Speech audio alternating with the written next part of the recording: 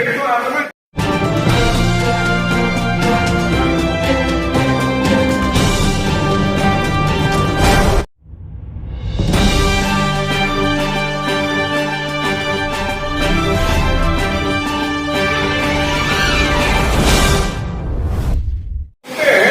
नक्षत्र ठीक था, इस ग्रह नक्षत्र में होगा। तो पंडित क्या कहता है? नहीं, शनि की 7.5 थोड़ा कही हुई है, ऊपर आ गई है, बच्चे के 7.5 आ गई है, तो माँ बाप घबरा जाते कहते पंडित जी कोई उपाय है? पंडित कहता हाँ उपाय तो है, मगर थोड़ा खर्चा लगेगा। कितना खर्चा लगेगा?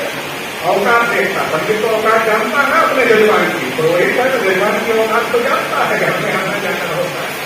अगर 10,000 खर्च करने की औकात है तो 12,000 खर्चा होता है। अगर 20,000 खर्च करने की औकात है तो 21,000 खर्चा बताता है। अगर 50,000 खर्च करने की औकात है तो 51,000, ताकि आप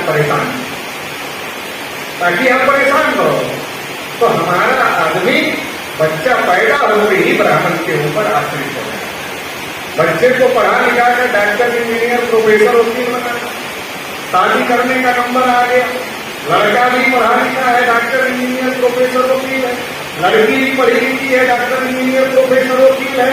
और जिसका लड़का लड़की है वो भी पढ़ा लिखा है, डॉक्टर, इंजीनियर, प्रोफेसर, वकील है। मगर उसकी सारी डिग्री है 2 कौड़ी की है, जिसमें शादी होती है। ये सारी डिग्री 2 कौड़ी की है, और जो अंगूठा टेक ब्राह्मण है उसकी डिग्री सबसे बड़ी डिग्री है, और उससे ही सारा काम होता है।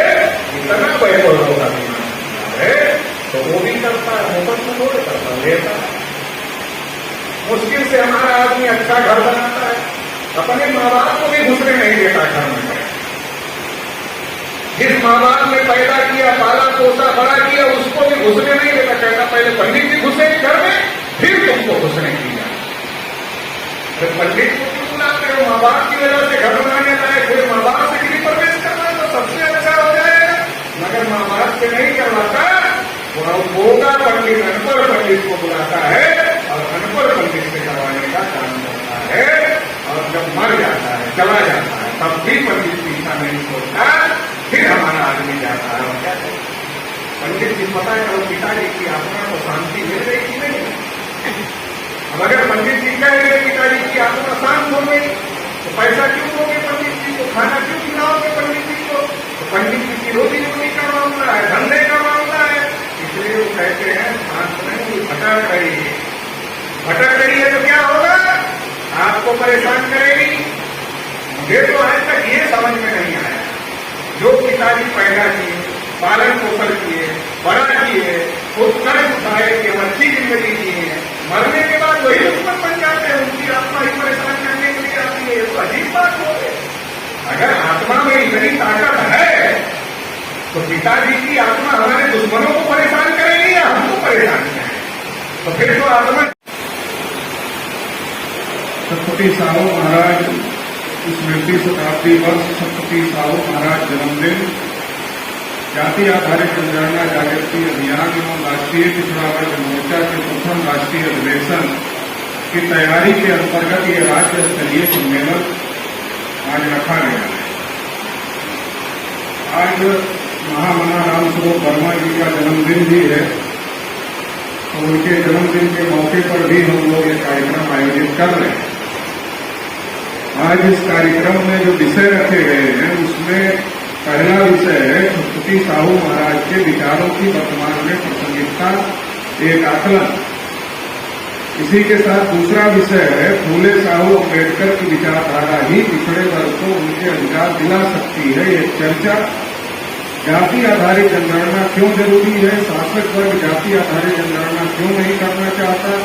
क्या जाति आधारित जनगणना से जातिवाद बढ़ेगा? इसी के साथ एक और विषय रखा गया है मनवादियों द्वारा ओबीसी को उनके वास्तविक मुद्दे और वास्तविक लड़ाई से हटाने के लिए ही हिंदू मुस्लिम के विवाद खड़े किए जाते हैं, ये आकलन।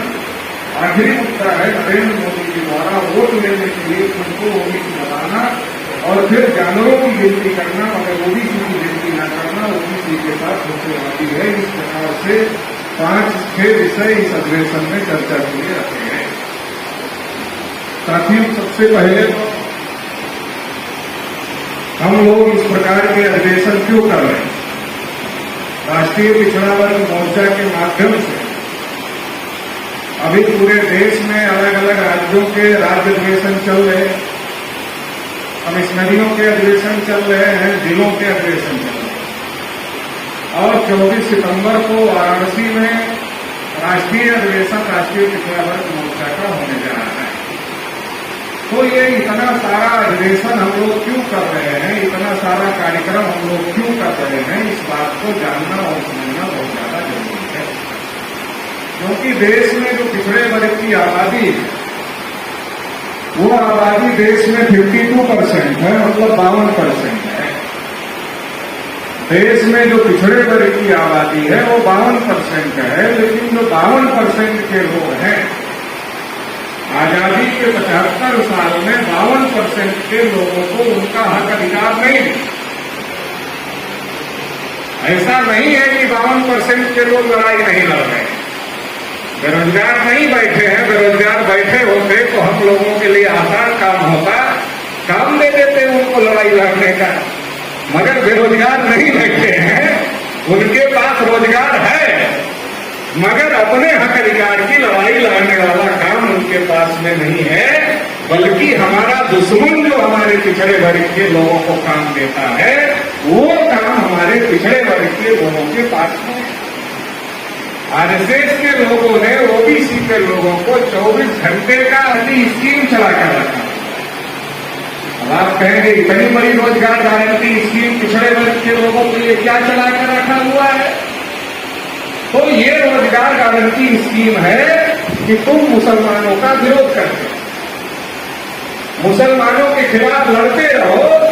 ये रोजगार 24 घंटे और 365 दिन का आरएसएस के लोगों ने ओबीसी समाज के लोगों को दिया हुआ है और वो इसी काम में लगे हुए। जो काम हमारे दुश्मनों ने किया है उसी काम में अगर वो लगे रहे तो कभी भी हमारी समस्याओं का, ओबीसी की समस्याएं केवल ओबीसी की समस्या नहीं है। ओबीसी की समस्या इस देश के बहुसंख्यक समाज की समस्या है, ओबीसी की समस्या इस देश की समस्या है। अगर कोई ये समझे कि ओबीसी की समस्या केवल ओबीसी की समस्या है, गलत सोच रहा है। क्यों? क्योंकि ओबीसी है 52%। 52% का मतलब है आधे से 2% ज्यादा है।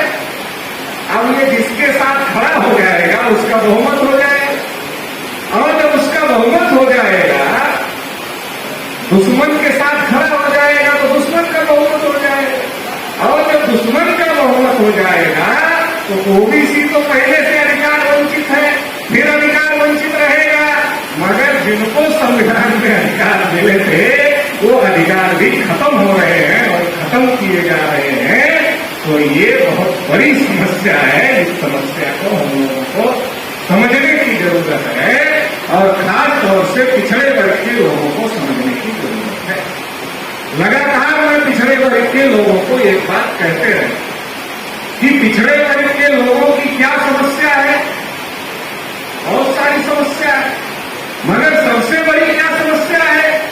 तो पिछड़े वर्ग की क्या समस्या है ये पिछड़े वर्ग को नहीं पता है। यही पिछड़े वर्ग की सबसे बड़ी समस्या है। पिछड़े वर्ग की सबसे बड़ी समस्या क्या है कि पिछड़े वर्ग की क्या समस्या है ये पिछड़े वर्ग को पता ही नहीं है। यही पिछड़े वर्ग की सबसे बड़ी समस्या है। तो इसलिए हम लोग ये जागृति क्यों कर रहे हैं, ये सम्मेलन क्यों कर रहे हैं, ये आयोजन क्यों कर रहे हैं? इतनी गर्मी आप लोग भी बर्दाश्त कर रहे हैं, हम भी बर्दाश्त कर रहे हैं। क्यों कर रहे हैं? इसलिए कर रहे हैं कि पिछड़े वर्ग को पिछड़े वर्ग की वास्तविक समस्या क्या है उसका एहसास दिलाया जाए। जब उसका एहसास दिलाया जाएगा तब वो लड़ाई लड़ने का काम करेगा।